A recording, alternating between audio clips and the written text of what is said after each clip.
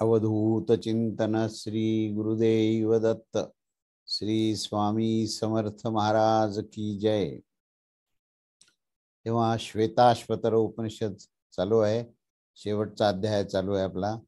आणि शेवटच्या अध्यायामध्ये आपण मागच्या वेळेस 11 मंत्र पूर्ण केले, 12वा मंत्र सुरू केला होता। तर 11वा मंत्राचा संदर्भ घेऊन आपण आजचं चिंतन चालू करूया। तेव्हा 11व्या मंत्रामध्ये त्याचा अन्वयार्थ असा होता की तो एकच परमात्मा हा सर्व प्राण्यामध्ये लपलेला असून तो तो सर्वव्यापी आहे आणि समस्त प्राण्यांच्या मध्ये अंतर्यामी असा तो आहे। असा तो परमात्मा सर्वत्र सर्वव्याप्त असल्यामुळे तो एकच जरी असला तरी सर्वव्याप्त असल्यामुळे तो प्रत्येक जीवमात्राच्या मध्ये अंतर्यामी आहेच। आणि तो सर्वांच्या कर्माचा अधिष्ठाता आहे असंही म्हटलंय। आणि सर्व भूतांचे निवासस्थान आहे, सर्वांचा साक्षी आणि चेतन स्वरूप, सर्वथा विशुद्ध आणि गुणातीत आहे। किती त्यांनी लक्षणं सांगितले बघा या मंत्रामध्ये, की तो अंतर्यामी आहेच आहे, पण तो सर्वांच्या कर्माचा अधिष्ठाता आहे।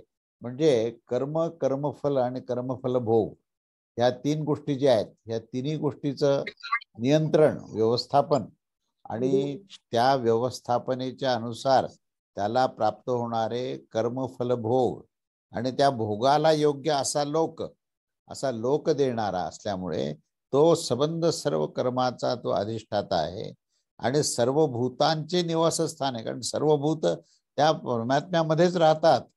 परमात्म्याचं जे स्थान आहे ना, ते स्थान, त्या स्थानामध्येच ते भूत राहतात, म्हणून भूतांचं निवासस्थान आहे तो परमात्मा। आणि तो सर्वांपेक्षा हा अलिप्त असल्यामुळे तो सर्वांचा साक्षी आहे। सर्वांना पाहणारा कोण असू शकतो? जो सर्वांपेक्षा हा अलिप्त असल्यामुळेच, कोणाही मध्ये तो गुंतलेला नाहीये, पण तो सर्वांना मात्र पाहत असतो आणि सर्वांचं नियंत्रण करत असतो।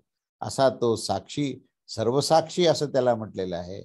आणि तो चैतन्य स्वरूप आहे, तो त्याच्यामध्ये अखंड चैतन्य आहे, कुठेही जडत्व नाही, कोणत्याही ठिकाणी उत्पत्ती, स्थिती आणि लय अशा प्रकारचा प्रवाह नाही, प्रवास नाहीये।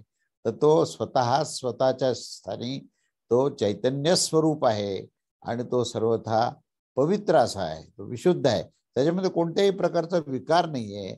कारण तो गुणातीत आहे, गुणाचा संग त्याला नाही, म्हणून तो गुणनिसंग आहे। म्हणजे त्यांनी एका वेळी इतक्या गोष्टी सांगितल्या की तो कर्माचं नियंत्रण करणारा, कर्मफल भोगाचा नियंत्रण करणारा, उचित असं त्याला लोक देणारा आणि सर्वांना निवासस्थान देणारा, सर्वांचा साक्षी आणि चैतन्य स्वरूप असल्यामुळे तो अतिशय शुद्ध, पवित्र आणि गुणनिसंग असा आहे। असा त्या 11व्या मंत्राचा हा आशय आपण पाहिला। आणि मग ह्यानंतर आपण 12वा मंत्र आपण मागच्या वेळेस पाहिला, तो असा की 12व्या मंत्रामध्ये पुढे त्याचं विवेचन केलेलं आहे की तो परमात्मा कसा आहे। तर एको वशी निष्क्रियाणाम बहुनामेकम बीजम बहुधा यह करोति तमात्म अस्तम येनु पश्यन्ति धीरास्तेषां सुखम शाश्वतम नेतेरेषाम। अन्वय असा की यह एकः बहुनामः निष्क्रियाणाम वशी एकम बीजम बहुधा करोति तम आत्मस्थम ये धीराः अनुपश्यन्ति तेषाम शाश्वतम सुखम एतरेषाम। अन्वयार्थ असा आहे की जो एकटाच आहे आणि एकटा असूनही अनेक असलेले जे जीव आहेत त्याचा तो शासक आहे। आणि तो स्वतः अक्रिय, म्हणजे कोणत्याही कर्मामध्ये लिप्त नाही, म्हणून तो अक्रिय आहे। त्याच्या माध्यमातून अकर्म होतं आणि तो सर्व जीवांचा शासक आहे। आणि एक प्रकृती रूप बीजास अनेक रूपामध्ये परिणित करून देणारा तो आहे। एकच प्रकृतीचं बीज आहे आणि त्या बीजाला रजोगुण, तमोगुण, सत्वगुण या 3 गुणाच्या माध्यमातून, पंचमहाभूताच्या माध्यमातून आणि पंचतन्मात्राच्या माध्यमातून तो अनंत रूपामध्ये या प्रकृतीला व्यक्त करतो आणि अनंत प्रकारचे जीव निर्माण करतो. कारण जीवात्मे ह्या प्रकृतीमध्ये आसक्त झाल्यामुळे त्या प्रकृतीप्रमाणेच ते वागतात, म्हणून ते अनंत जीवात्मे त्या परमात्म्याच्या व्यवस्थापनेमधून हे तयार होत असतात. आणि तो हृदय असा तो तयार करणारा, नियंत्रण करणारा जो परमात्मा आहे, तर तो कुठे आहे? तर तो हृदयामध्ये स्थित आहे. तो अत्यंत धैर्यवान पुरुष आहे आणि तो निरंतर साक्षीत्वाने पाहत असतो आणि त्यांनाच पाहणारा आणि त्यांना जाणणारा, त्यांना पाहणारा, त्यांच्याशी एकरूप होणारा जो भक्त आहे तो त्या परमेश्वराप्रमाणेच शाश्वत परमानंदाला प्राप्त होत असतो. मात्र अन्य जे पुरुष आहेत की ज्यांना प्रकृतीमध्ये आसक्ती झालेली आहे, हे हवं, हे नको, असं पाहिजे, अशी कामना आहे आणि अशी आसक्ती आहे, अशा लोकांना मात्र हा, कारण ते शाश्वत तत्वापर्यंत जातच नाहीत, म्हणून त्यांना हा शाश्वत परमानंद प्राप्तच होत नाही, असं या अन्वयाचा अर्थ आहे. तेव्हा आशय असा आहे की जो विशुद्ध चेतन स्वरूप परमात्मा आहे, त्या परमात्म्याचेच अंश स्वरूप सर्व जीव मात्र आहेत. त्यामुळे या अंश स्वरूप असल्यामुळेच त्यांना स्वतः ते काही करतात असं त्याला वाटत असतं, परंतु ते खऱ्या अर्थाने ते करत नसतात. तर परमात्म्याच्याच योजनेप्रमाणे प्रकृतीमध्ये क्रिया घडत असते, पण त्या जीवात्म्याला असं वाटतं की आपणच सर्व करतोय. पण अशा त्या अनंत प्रकारच्या जीवात्म्यास तो एकटाच नियंता, हा कर्मफल देणारा, कर्माचं त्याचं काय कशा प्रकारचं कर्म आहे आणि त्याला काय दिलं पाहिजे असं व्यवस्थापन करणारा, नियंत्रण करणारा, आणि हे सगळं जे करायचं आहे याचा उद्देश एकच आहे की प्रत्येक जीव जो आहे तो परमात्म्यामध्ये विलीन झाला पाहिजे, म्हणजे तो त्या सम अवस्थेत आला पाहिजे. त्याची जी विषम अवस्था आहे ती विषम अवस्था त्याच्या कर्मामुळे झालेली आहे आणि ही विषम अवस्था कर्मफल भोगरूपामध्ये त्याला प्राप्त होते. पण ज्यावेळेस तेव्हा जो फलाचा भोग प्राप्त करत असतो त्याच वेळेस जर तो निष्काम असेल, त्याच वेळेस जर तो अनासक्त असेल, तर तो विषम स्थितीतून समस्थितीमध्ये येतो. कारण समजा असं गृहीत धरा की सत्वगुण प्रधान आहे आणि तमोगुण आणि रजोगुण हा गौणत्वामध्ये आहे, तर जर तो त्या सत्वगुणाच्या सर्व कर्मफल भोगाला भोगत असताना जर तो निष्काम असेल, जर तो अनासक्त असेल, तर ते कर्मफल संपून जातं आणि जे आधिक्य आहे सत्वगुणाचं ते आधिक्यही संपतं आणि म्हणून तिन्ही गुण एकाच पातळीवर येतात आणि त्याची समावस्था येऊन तो गुणनिसंग होतो आणि गुणनिसंग झाला की तो परमात्म्यामध्ये विलीन होतो. म्हणून हे सर्व सर्व त्याला द्यायचंय. कारण असाही प्रश्न आपल्या मनामध्ये येऊ शकतो की हे सारखे कर्म तो जीव का करतो आणि त्याला विभिन्न लोकांमध्ये का भ्रमण करावं लागतं, याचं काय कारण आहे हेही समजणं महत्वाचं आहे. ती परमात्म्याची योजना काय आहे हेही समजणं आवश्यक आहे. तर परमात्म्याची योजना त्या जीवाला मुक्त करण्याकरता आहे. हे जे विभिन्न लोकांमध्ये त्याला जे पाठवतात त्याच्यामध्ये जर तो निष्काम आणि अनासक्त स्थितीमध्ये असेल तर कर्मफलाचा ऱ्हास होतो, कर्मफल भोगाचा ऱ्हास होतो आणि सर्व कर्मफल जर जेव्हा नष्ट होतील त्यावेळेस शेष जो राहील तोच परमात्मा आहे आणि त्या परमात्म्याशी एकरूप होण्याकरता तो कर्मफलाचा व्यवस्थापन करत असतो. हे आपल्याला समजणं आवश्यक आहे, हा उद्देश समजणं आवश्यक आहे. अन्यथा आपण म्हणू की बा आमचं हे केव्हा संपेल, हे संचित आहे, हे प्रारब्ध आहे आणि प्रारब्धाच्या अनुसार अतिशय विवशतेने आपण प्रवाहित झालेलो आहोत, तर हा प्रवास केव्हा संपेल हा प्रश्न येतो. तर हा प्रवास संपण्याकरताच आहे, तुम्ही वाढवू नका. माणसं काय करतात की प्रवास आपला वाढवतात आणि म्हणतात की हे केव्हा संपेल. अरे पण तो न संपण्याचं कारण परमेश्वर नाही आहे, तर तुम्हीच आहात. पण परमात्म्याची जी योजना जी आहे संपवण्याकरताच आहे. त्या योजनेत सामील व्हा आणि मग खरोखरच मुक्त होऊ शकता. अशी ही संबंध या प्रकृतीच्या बीजाची ही रचना आहे आणि विचित्र जगामध्ये अनंत प्रकारच्या रूपामध्ये हा जीव जो आहे तो फिरत असतो. परंतु ह्या सर्वांना नियंत्रण करणारा तो हृदयस्थित सर्वशक्तिमान परमसुहृद अशा त्या परमेश्वराला आपण जाणलं पाहिजे. आणि जो मनुष्य जाणतो तो खऱ्या अर्थाने धैर्यवान पुरुष असतो आणि म्हणून निरंतर त्याच्यामध्ये तन्मय होऊन तो राहत असतो. अशांनाच शाश्वत असा परम आनंद प्राप्त होईल. आणि या परमानंदाचा प्राप्तीचा हक्क हा प्रत्येक मनुष्यामध्ये आहे आणि तो त्यांनी निश्चित प्राप्त करावा. असाच ह्या ठिकाणी ह्या पुनरावृत्ती करून ह्या 12व्या मंत्रामध्ये तीच गोष्ट सांगितली आहे. तेव्हा हा एकटाच परमात्मा आहे असं वारंवार का सांगितलंय? कारण दोन परमात्मा नाही आहेत त्या ठिकाणी, दोन नियंत्रक नाही आहेत, एकच आहे. म्हणून नेहमी ज्यावेळेस शुद्ध बुद्ध आणि स्वच्छ अंतःकरणाचा जो शासक असतो ना, तो कधी दोन नसतो तर एकच असतो. आणि त्या शासकाच्या खाली ज्यांच्यावर शासन करायचंय ते सर्व त्या शासकाला शरण गेलेले असतात आणि त्यांच्या नियमाला धरून ते चालतात. तेव्हाच तो परमानंद त्यांना प्राप्त होतो. आणि म्हणून या परमेश्वराला जाणल्याने, त्याच्यावर भक्ती केल्याने, त्याच्याशी एकरूप झाल्याने तो शाश्वत परमानंद प्राप्त होऊ शकतो. आणि तो प्राप्त करण्याचा अधिकार जो आहे तो प्रत्येक मनुष्याला आहे, हे आपल्याला लक्ष देणं आवश्यक आहे. आणि जो त्याला खरोखर जाणतो ना, तो अधीर नसतो तर धैर्यवान असतो. धीराने युक्त असलेला. धीर म्हणजे काय? धैर्य म्हणजे काय? की जो कुठल्याही बाबतीमध्ये शांत आणि समावस्थेत आहे तोच धैर्यवान आहे.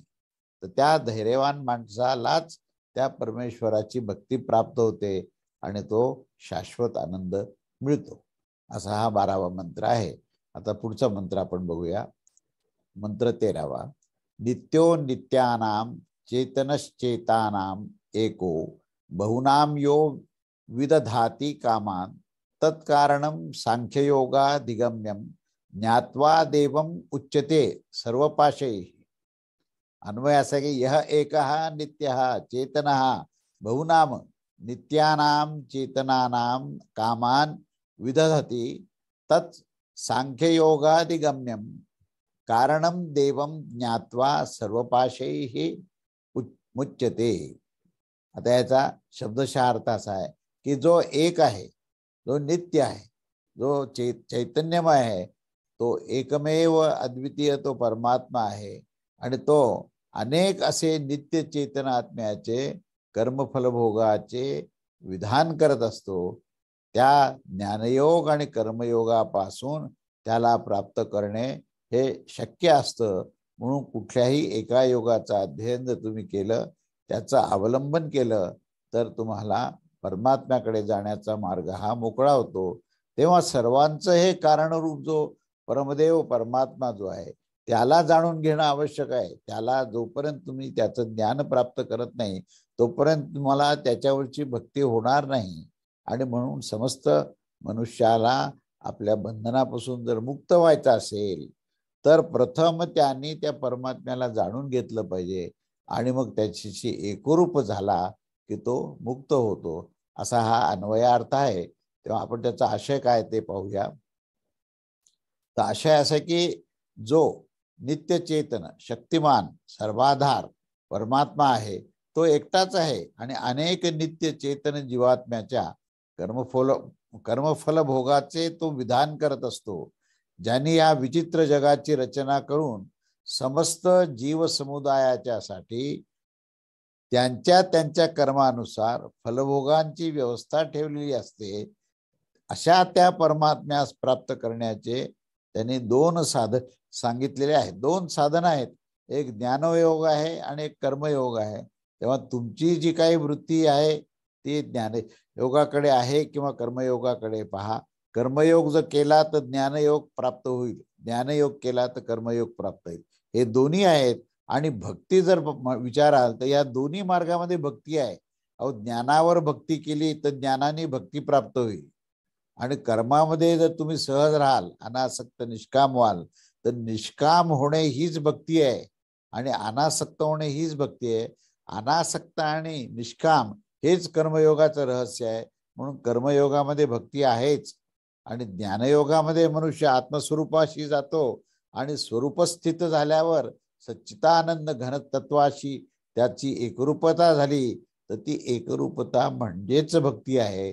म्हणून ज्ञानयोगामध्ये भक्ती आहे, कर्मयोगामध्ये भक्ती आहे, पण ज्ञानयोगाचं आणि कर्मयोगाचं भिन्न भिन्न वैशिष्ट्य आहे, तरी ते एकमेकांना पूरक आहे. आणि म्हणून ज्ञानयोगाच्या माध्यमातून कर्मयोगाचं रहस्य समजणे आणि कर्मयोगाला सातत्याने त्या योगाचा अवलंबन करून त्याप्रमाणे आचरण ठेवल्यास ज्ञान हे सहजतेने उद्भव होते. म्हणून ज्ञानयोग आणि कर्मयोग ह्या दोन मार्गाने, कुठल्याही मार्गाने जरी तुम्ही जाल त्यावेळेस तुम्हाला भक्ती ही सहजतेने प्राप्त होईल.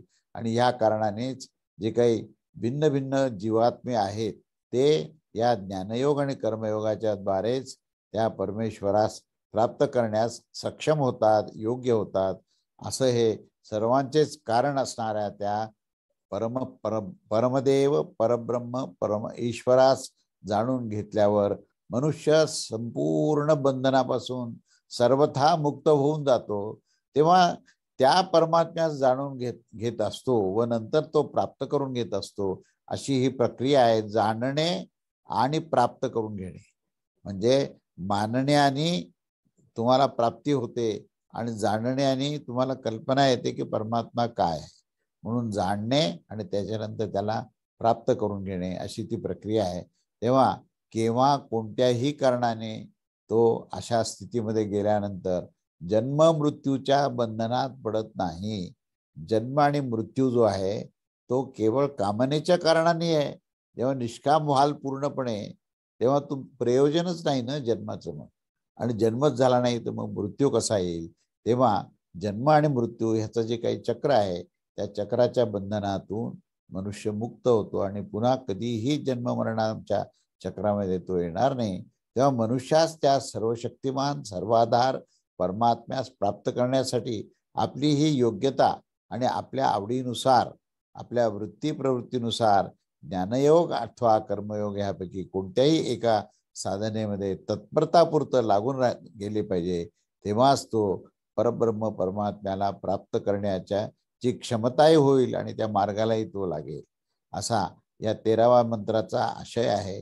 तेव्हा तो नित्य आहे, चैतन्यमय आहे असा तो परमात्मा हा नित्य चैतन्य असलेल्या त्या जीवात्म्यासाठीच कर्मफल देत असतो. खरं म्हणजे जीवात्मा सुद्धा नित्य आहे, परमात्माही नित्य आहे. जीवात्मा सुद्धा चैतन्यमय आहे, परमात्माही चैतन्य. मग जीवात्म्या परमात्म्यात फरक काय आहे? फरक असा आहे की तो जो परमात्मा आहे तो सर्व कामनेपासून मुक्त आहे, सर्व भोगापासून मुक्त आहे. आणि जीवात्मा कसा आहे तर जीव भावामुळे अहम ममत्व झालं आणि अहम ममत्वामुळे देहात आसक्ती झाली, देहात कामना झाली आणि या कामनेमुळे आणि आसक्तीमुळे तो परमात्म्यापासून भिन्न झाला. आणि परमात्म्याची इच्छा आहे की हे सर्व जीवात्मे माझ्यात येऊन मिळावेत, म्हणून त्यांनी त्या जीवात्म्याच्या कर्माचं फल दिलं आणि त्याला ते भोग प्रदान केले की जेणेकरून त्यांनी ह्या सर्व भोगत असताना अनासक्त व्हावं आणि निष्काम व्हावं आणि त्यांनी परमेश्वराशी एकरूपता प्राप्त करावी, अशी ती योजना आहे. आणि ह्या योजनेकरता ती परमात्म्याची ही सर्व व्यवस्था आहे. आणि म्हणून त्यांनी या विश्वाची रचना त्याच्या त्याच्या कर्मानुसार सर्व जीव समुदायासाठी फळे मिळावेत आणि त्याच्यातून ते मुक्त व्हावेत याच्याकरता त्यांनी हा परमात्म्याचा सगळा हा पूर्ण व्यवस्थेचा भाग आहे. तेव्हा हा परमात्म्यास प्राप्त करून घेण्याकरता एक सांख्ययोग सांगितलाय. सांख्यप्रणित म्हणजेच ज्ञानयोग आहे आणि दुसरा जो आहे तो कर्मयोग आहे. आणि मी आता सांगितल्याप्रमाणे दोन्हीमध्ये आवड असणे, दोन्हीमध्ये परमेश्वराला प्राप्त करणे, एकरूपता करणे हे त्याच्यामध्ये लपलेलं असल्यामुळे दोन्हीमध्ये भक्ती आहेच. आणि अशा या मार्गामध्ये कोणताही मार्ग जर त्या परब्रह्म परमात्म्यास प्राप्त करून घेण्यासाठी जर ठरवला तर तो निश्चितच योग्य आहे. आणि त्यामुळे उपासक सर्व प्रकारच्या बंधनातून सर्वथा मुक्त होऊ शकतात. असा प्रकारचं ज्ञान ज्याला प्राप्त झालेलं आहे त्या ज्ञानाच्या माध्यमातूनच तो जन्ममृत्यूच्या चक्रातून स्वतःची पूर्ण सुटका करून घेऊ शकतो. असं हे ह्याच्यातून समजणं आवश्यक आहे. म्हणून प्रत्येक साधकाने त्या परब्रह्म परमात्म्याच्या प्राप्तीसाठी जे काही 2 मार्ग सांगितले आहेत त्यातील जो आवडेल तो मार्ग स्वीकारावा आणि भक्तियुक्त अंतःकरणाने साधना करावी आणि त्या परमात्म्याची प्राप्ती होईल आणि अनेक बंधनाच्या पाशातून तो मुक्त होईल आणि त्याला शाश्वत आनंद मिळेल. असा हा आशय ह्या 13व्या मंत्रामध्ये आहे. आता 14वा मंत्र पाहू. न तत्र सूर्यो भाती न चंद्र तारकम नेमा विद्युतो भांती कुतो यमाग्नि तमेव भांत मनुभाती सर्वम तस्य भासा सर्वमिदम विभती. तेव्हा या मंत्राचा अन्वय पाहू पहिल्यांदा आणि मग त्याचा अन्वयार्थ पाहू.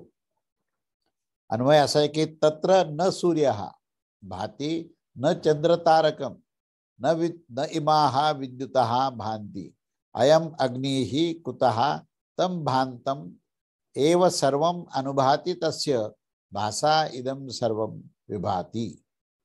अन्वय अर्थ असा आहे की त्या ठिकाणी न तर सूर्याचा प्रकाश पसरलेला असतो, न चंद्र आणि तारकाचा समुदाय असतो, न तेथे विजा देखील प्रकाशित होत असतात. तेथे तर लौकिक अग्नी, मग अशा ठिकाणी लौकिक अग्नी तर कसे काय प्रकाशित होऊ शकत असतील? कारण त्यांच्या प्रकाशित होण्याने, त्यांच्या प्रकाशाने दाखविले गेलेले सूर्य इत्यादी सर्वच त्या परमात्म्याच्याच प्रकाशाने प्रकाशित होत असतात. तेव्हा त्याच्या प्रकाशाने हे संपूर्ण जग प्रकाशित होत असतं, हे आपल्याला समजणं आवश्यक आहे. आपण म्हणतो की सूर्यामुळे हे सगळं जग प्रकाशित होतं आणि सूर्यच अंतिम आहे, पण असं नव्हे. तर सूर्याला सुद्धा जो प्रकाश देतो, सूर्याला सुद्धा जो तप्त करतो, ते तत्व हे परब्रह्म परमेश्वर आहे. म्हणून अंततः आपल्याला असा निष्कर्ष काढता येतो की आपल्याला जो प्रकाश मिळतो, आपल्याला ज्याच्यामुळे चेतना प्राप्त होते, तर तो अंततः परब्रह्म परमेश्वर आहे. असा या मंत्राचा अन्वय अर्थ आहे. तेव्हा याचा आपण आता आशय पाहूया की त्या परमानंद स्वरूप परब्रह्म परमेश्वराच्या समीप हा सूर्य आपला प्रकाश प्रक्षेपित करू शकत नाही. ज्याप्रमाणे सूर्याच्या प्रकाशामध्ये काजव्याचा प्रकाश लुप्त होतो, त्याचप्रमाणे सूर्याचा सुद्धा प्रकाश, तेज आणि सर्व काही हे त्या परमेश्वराच्या समीप गेल्यानंतर लुप्त होऊन जात असतं. म्हणजे तुम्हाला कल्पना करता येईल, आपण आपल्या दृष्टीने आपण सर्वात तेजस्वी आणि सर्वात प्रकाशवान काय असेल, तर आपल्या ज्ञानाप्रमाणे, आपल्या जाणीवेप्रमाणे आपण ते श्रेय सगळं सूर्याला देतो. पण इथे तर असं सांगितलं की असा तो इतका तेजस्वी आणि तप्त होणारा सूर्य सुद्धा त्या परमेश्वराच्या प्रकाशामध्ये निस्तेज असतो. त्याचं तेज जाणवतच नाही, त्याची तप्तता जाणवत नाही, कारण तो परब्रह्म परमेश्वर हा अंतिम आहे आणि त्याचं तेज, त्याचा प्रकाश, त्याचं सर्व प्रभाव जो आहे, हो, इतर सर्व कुठल्याही या प्राकृतिक वस्तूपेक्षा अत्यंत श्रेष्ठ असा आहे. म्हणून इतर कोणत्याही, मग सूर्य असो, चंद्र असो, तारका असो, विद्युत असो, ह्या जेव्हा परमेश्वराच्या समीप आपला प्रकाश प्रक्षेपित करू शकत नाही, अशा या स्थितीमध्ये मग तो लौकिक अग्नीची गोष्ट काय आहे? कारण लौकिक अग्नी तरी ह्या जगामध्ये आहे आणि ते कधीही त्या परमात्म्याला पेक्षा श्रेष्ठ होऊ शकत नाहीत. अशा त्या परमप्रकाश स्वरूप परब्रह्म पुरुषोत्तमाच्या प्रकाश शक्तीच्या कोणत्याही अत्यल्प अंशास तो कोणीही प्राप्त करून प्रकाशित होऊ शकत नाही. तेव्हा त्या परमेश्वराच्या समीप कशा प्रकारे अन्य आपल्या प्रकाशाचा प्रक्षेपण करू शकतील? नाहीच करू शकणार. निष्कर्षप्रत आपल्याला असं समजलं पाहिजे की या संपूर्ण जगात त्या एकाच जगदात्मा पुरुषोत्तमाच्याच प्रकाशाने आम्ही सर्वजण प्रकाशित होत असतो, हा त्याचा निष्कर्ष आहे. म्हणून या ठिकाणी सूर्य, चंद्र, विद्युत हे सगळे जे काही उदाहरणं दिले ते आपल्या दृष्टीने अतिशय प्रकाशमान असे आहेत, तेजस्वी आहेत. परंतु हे सर्व उदाहरण का दिले त्यांनी? कारण हे सर्व त्या परमेश्वराच्या प्रकाशासमोर आपला प्रकाश दाखवू शकत नाहीत. तेव्हा सूर्याला सुद्धा प्रकाश आणि तेज कोण देतो हे आपल्याला समजणं महत्वाचं आहे. तर सूर्याला सुद्धा प्रकाश देणारा तो सर्व प्रकाशमान परमात्माच आहे. त्यालाही प्रखर तेज देणारा हा तो परमात्माच आहे. विजेचं चमकणं, लखलखाट होणं, अग्नीचा लोळ, अशा प्रकारचे आपण प्रखर गोष्टीचा आपल्यावर प्रभाव झाला असतो. परंतु आपल्याला ह्याची जाणीव असणं आवश्यक आहे की हे सर्व जे प्रकाशित होतात, तेजस्वी होतात, ते केवळ आणि केवळ परमेश्वराच्याच प्रकाशाने, त्याच्याच त्या तेजाने होतात, हे आपल्याला समजलं पाहिजे. आणि त्या तेजाची आपल्याला कल्पना आली पाहिजे, त्या प्रकाशाची आपल्याला कल्पना आली पाहिजे. तेव्हा या या सूर्याच्या बाबतीत जरी सांगायचं, असे अनंत सूर्य आहेत या ब्रह्मांडात, अनंत कोटी तारकाही आहेत, परंतु या सर्वांना तेजस्वी करणारा एकच आहे. तो अनंत नाही, तर तो एकमेव अद्वितीय असा तो परमात्मा आहे, जो स्वयंप्रकाशी आणि सर्वांना प्रकाश देणारा असा तो परब्रह्म परमात्माच आहे.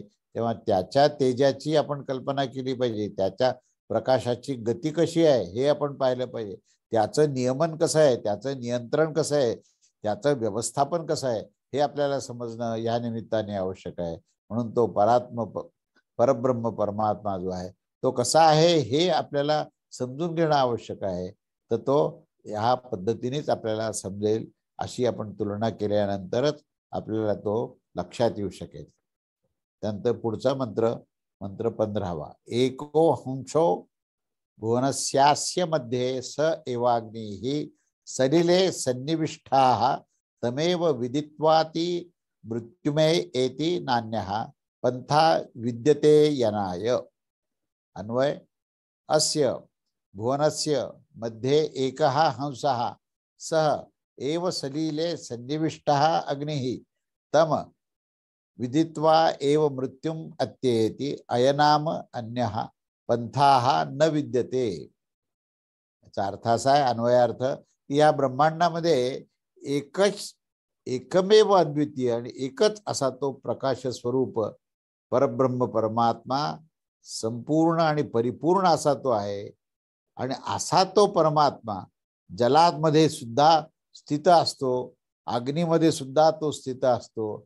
त्यामुळे त्याला जाणून घेऊन मनुष्य जो आहे तो आपल्या मृत्यूरूपी समुद्रापासून सर्वथा पार होऊन जात असतो. अशा त्या दिव्य परमधामाच्या प्राप्तीसाठी अन्य दुसरा कोणताही मार्ग नाही, केवळ त्याची भक्ती करणे. तेव्हा आशय असा आहे याचा, की या ब्रह्मांडामध्ये जो एकमेव अद्वितीय स्वयंप्रकाशी प्रकाशस्वरूप परब्रह्म परमेश्वर जो आहे तोच सर्वत्र आहे आणि तोच परिपूर्ण आहे. तोच ह्या जलामध्ये प्रविष्ट करतो, तोच अग्नीमध्ये आहे. आणि जर शीतल स्वभावयुक्त जलामध्ये उष्ण स्वभाव असणाऱ्या अग्नीचं असणं साधारण दृष्टीने समजण्यात येऊ शकत नाही, कारण आपण जल म्हटलं की तो शीतल आहे आणि अग्नी म्हटलं की तो उष्ण आहे. आणि अग्नीला जर ज्या जलात प्रवेश करायचा झाला तर अग्नी दिसेनासा होईल. तेव्हा त्या अग्नीमध्ये अशा त्या परस्पर विरुद्ध असे गुणधर्म अग्नीचे आणि जलाचे आहेत, पण तो परब्रह्म परमात्मा त्या परस्पर विरुद्ध असलेल्या त्या जलामध्ये पण आहे आणि अग्नीमध्ये आहे. तर हे कसं काय शक्य आहे? जर तो अग्नियुक्त असेल तर तो जलात राहणार नाही, तर तो जर शीतल असेल तर अग्नीत राहणार नाही. तर ह्या दोन्हीही परस्पर विरुद्ध असणाऱ्या या गुणधर्मामध्ये सुद्धा तो एकच एकमेव अद्वितीय परमात्मा हा तो असतो. आणि हे साधारणतः हे आपल्याला समजण्यात येऊ शकत नाही, कारण या दोघांचा स्वभाव हा परस्पर विरुद्ध असताना सुद्धा एकच परमात्मा या दोघांमध्ये कसा असू शकतो. तरीही ह्या रहस्यात जाणणारे जे शास्त्रज्ञ आहेत ते त्यांना प्रत्यक्ष असा अनुभव येत असतो की त्या जलापासून आपण विजेची उत्पत्ती करतो, त्या जलापासून अग्नितत्वास निर्माण होतो आणि त्या विविध प्रकारे कार्यास विनियुक्त करतो. शास्त्रात देखील विविध स्थानात हा सिद्धांत सांगितला आहे की समुद्रामध्ये वडवानल म्हणजे अग्नी निर्माण होतो, हे प्रत्यक्ष अनुभवाचा विषय आहे. तर समुद्र हे तर जलाने युक्त आहे आणि त्याच्यामध्ये हा वडवानल नावाचा अग्नी कसा काय निर्माण होऊ शकतो. आपल्या कार्यातच कारण व्याप्त राहत असते, हे त्याचं महत्वाचं त्याचं कारण दिलेलं आहे की अग्नीपासून जल आहे, जलापासून पृथ्वी आहे आणि सुरुवातीपासून विचार केला तर आकाशापासून वायू आहे, पण परस्पर विरुद्ध लक्षण असलेले. आकाश जो आहे तो सर्वत्र सर्वव्याप्त शांत आहे, समस्थितीमध्ये आहे, तर वायू जो आहे तो अतिशय कार्यरत आहे, एका ठिकाणाहून दुसरीकडे जाणार आहे. आणि तो वायू जो आहे तो शीतलही आहे आणि उष्णही आहे, परंतु त्या वायूतून तो अग्नी निर्माण होतो. त्या अग्नीतून, अग्नीमध्ये उष्मा आहे, तेज आहे. अशा या उष्म असलेल्या अग्नीतून जल निर्माण होतं, जलातून हे पृथ्वी निर्माण होते आणि त्या पृथ्वीमध्ये हे सर्व महाभूत एकत्र आहेत. हे आपल्याला जर समजून घेतलं तर आपल्याला ब्रह्मांडाची उत्पत्ती कशी झाली आणि त्याचं स्वरूप काय हे समजण्याकरता मदत होईल.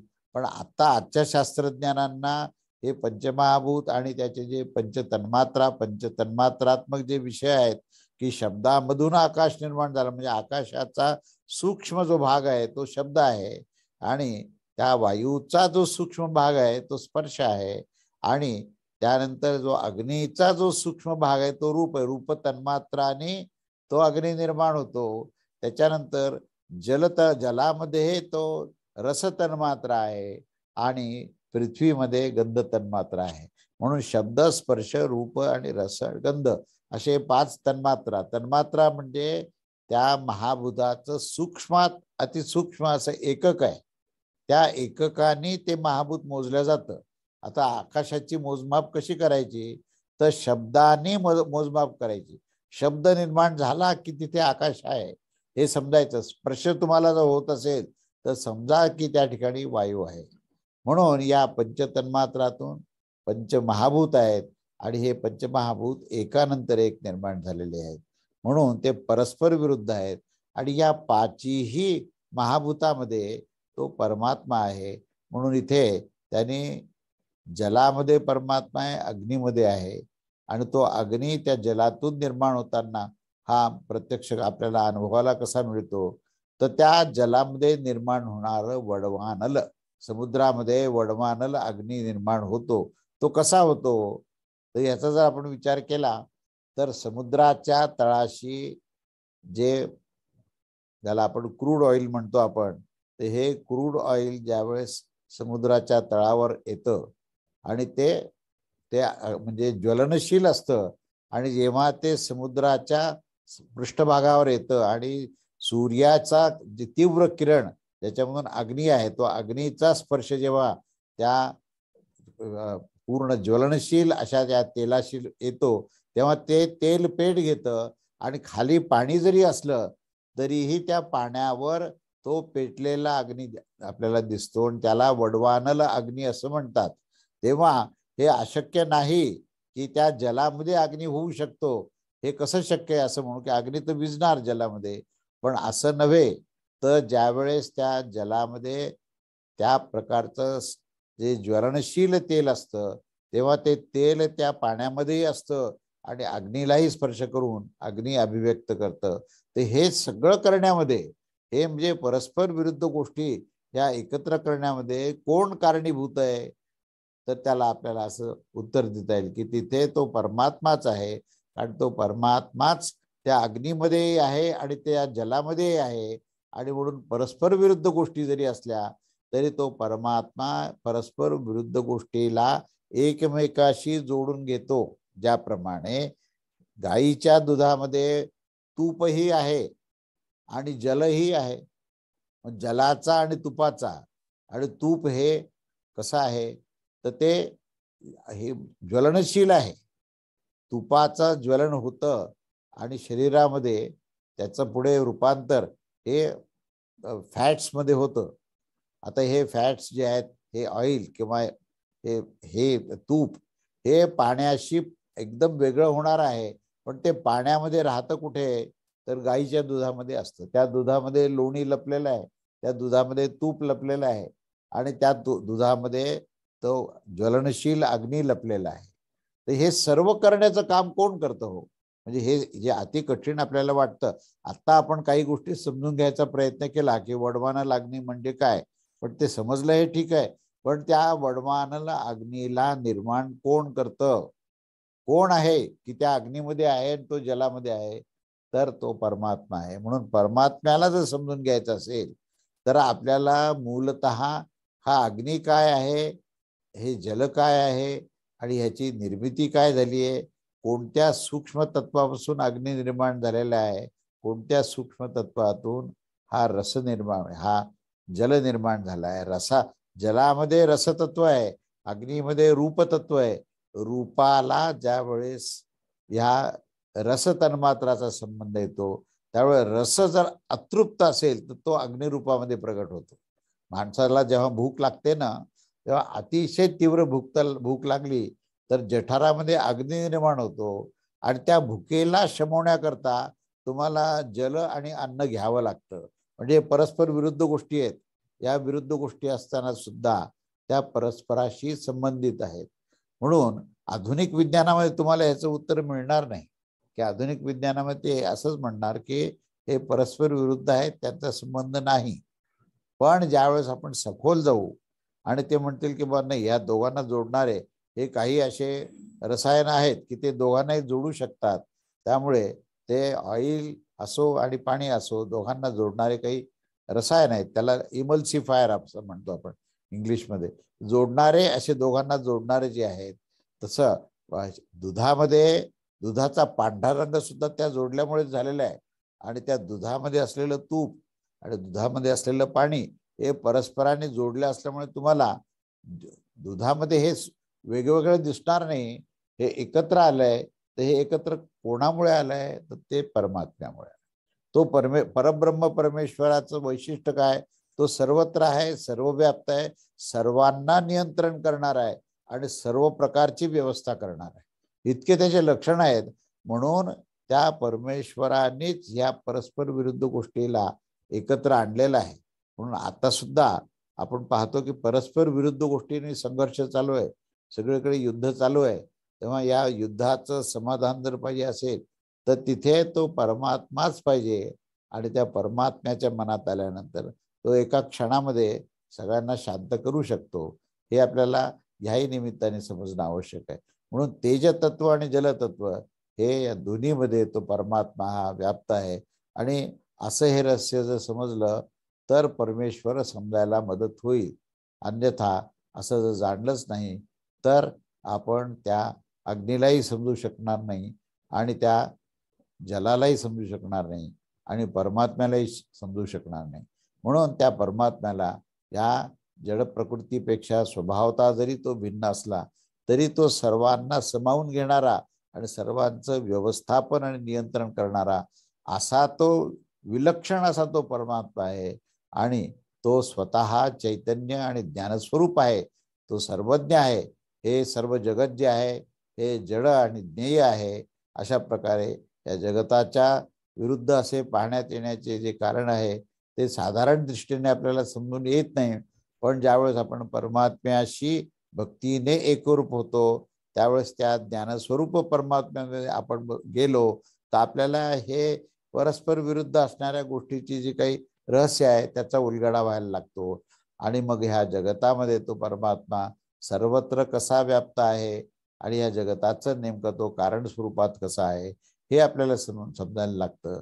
आणि त्या अचिंत असणाऱ्या त्या परब्रह्म परमात्म्याची जी अद्भुत शक्ती आहे त्याच्या रहस्यास आपल्याला समजायला सुरुवात होते. आणि मग तो प्रत्यक्ष सर्वत्र परिपूर्ण सर्वांचेच कारण आहे हे प्रतीत व्हायला लागतं. तो सर्वशक्तिमान सर्वाधार परमात्म्यात जाणल्यानंतरच मनुष्य आता मात्र मृत्यूरूप संसार सागरास पार करू शकतो. मृत्यू आणि जन्म हेच मुळातून ह्या कामनेने वासनेने झालेले आहेत. आणि कामना वासना म्हणजे नेमकं काय आहे तर अज्ञान आहे. म्हणून ज्ञानस्वरूप जेव्हा तुम्ही व्हाल त्यावेळेस आपोआपच अमृत तत्व प्राप्त होईल. आणि जेव्हा अमृत तत्व प्राप्त होईल त्यावेळेस तुम्हाला जन्म आणि मृत्यू या दोन्हीपासून तुम्ही आलत्य व्हाल. कारण जन्म आणि मृत्यू याचं मूळ स्वरूप जे आहे ते अज्ञान आहे आणि अज्ञानाच्याच कारणाने जन्म मृत्यू होतो. म्हणून ह्या अज्ञानाला दूर करायचं असेल तर तो ज्ञानस्वरूप परमात्म्याशी अभिन्नता प्राप्त झाली की आपण त्याला या सर्व संसारातल्या सर्व या जन्ममृत्यूला आपण पार पडून आपण नेहमीसाठीच जन्ममृत्यूपासून आपली सुटका करून घेऊ आणि त्या दिव्य अशा त्या परमधामाच्या प्राप्तीसाठी ह्या भक्तीशिवाय अन्य कुठलाही मार्ग नाही. आणि त्या कारणासाठीच आम्ही या परमात्म्याचे जिज्ञासू होऊन प्रथम त्यांना जाणण्याकरता तपस्या करू आणि नंतर त्याच्याशी एकरूप होऊन आपण सर्व हे अमरच स्थितीमध्ये जाऊ, असा त्याचा अर्थ आहे. तेव्हा हा ब्रह्मांडामध्ये जो प्रकाशरूप परमात्मा काय हे सुरुवातीला सांगितलं, अग्नीमध्ये पाणी आणि पाण्यामध्ये अग्नी कसं आहे हे रहस्य सांगितलं. तो मृत्यूरूप संसार जो आहे तो ह्या मृत्यूरूप संसार समुद्रामधून आपण बाहेर कसा येऊ शकतो आणि तोही मार्ग ह्या ठिकाणी सांगितला. आणि म्हणून या सर्वाचा आपल्याला साकल्याने विचार करून त्याचा अध्ययन करणे, त्याचं आकलन करणे आणि त्याच्या अनुसार आपल्या आचरणामध्ये बदल आणणे, आणि आचरणात बदल जर झाला तर मात्र आपण निश्चितच ह्या जन्म मृत्यूच्या चक्रामधून बाहेर येऊ. त्याच्याकरता आपल्याला देहाच्या त्यागाची गरज नाही. देह जो आहे हा आपोआप त्या जीवात्म्यापासून हा स्वतःचा त्याग करत असतो. माणसाला काही वेळेला काही लोकांचे असे गैरसमज आहेत की देहाचा त्याग झाल्याशिवाय मुक्ती नाही. देह ठिकाणी आहे, प्रकृती प्रकृतीच्या ठिकाणी, तुम्ही तुमच्या ठिकाणी राहा म्हणजे आपोआपच या गोष्टीचा त्याग होईल. परंतु आपण देहामध्ये आणि देह आपल्यामध्ये आहे अशा प्रकारचं अज्ञान आपण ठेवलं तर मात्र जन्म आणि मृत्यू हे चालत राहतील. आणि म्हणून तुम्ही या परमेश्वराला समजून घ्या. तो सर्वशक्तिमान ज्ञानस्वरूप आहे. त्याला पहिल्यांदा त्याचा हे ज्ञान घ्या आणि मग त्याच्याशी एकरूप होऊन आनंद स्वरूपात व्हा, असं या ठिकाणी हा संदेश दिलेला आहे. तेव्हा आपले हे 15 मंत्र झालेले आहेत.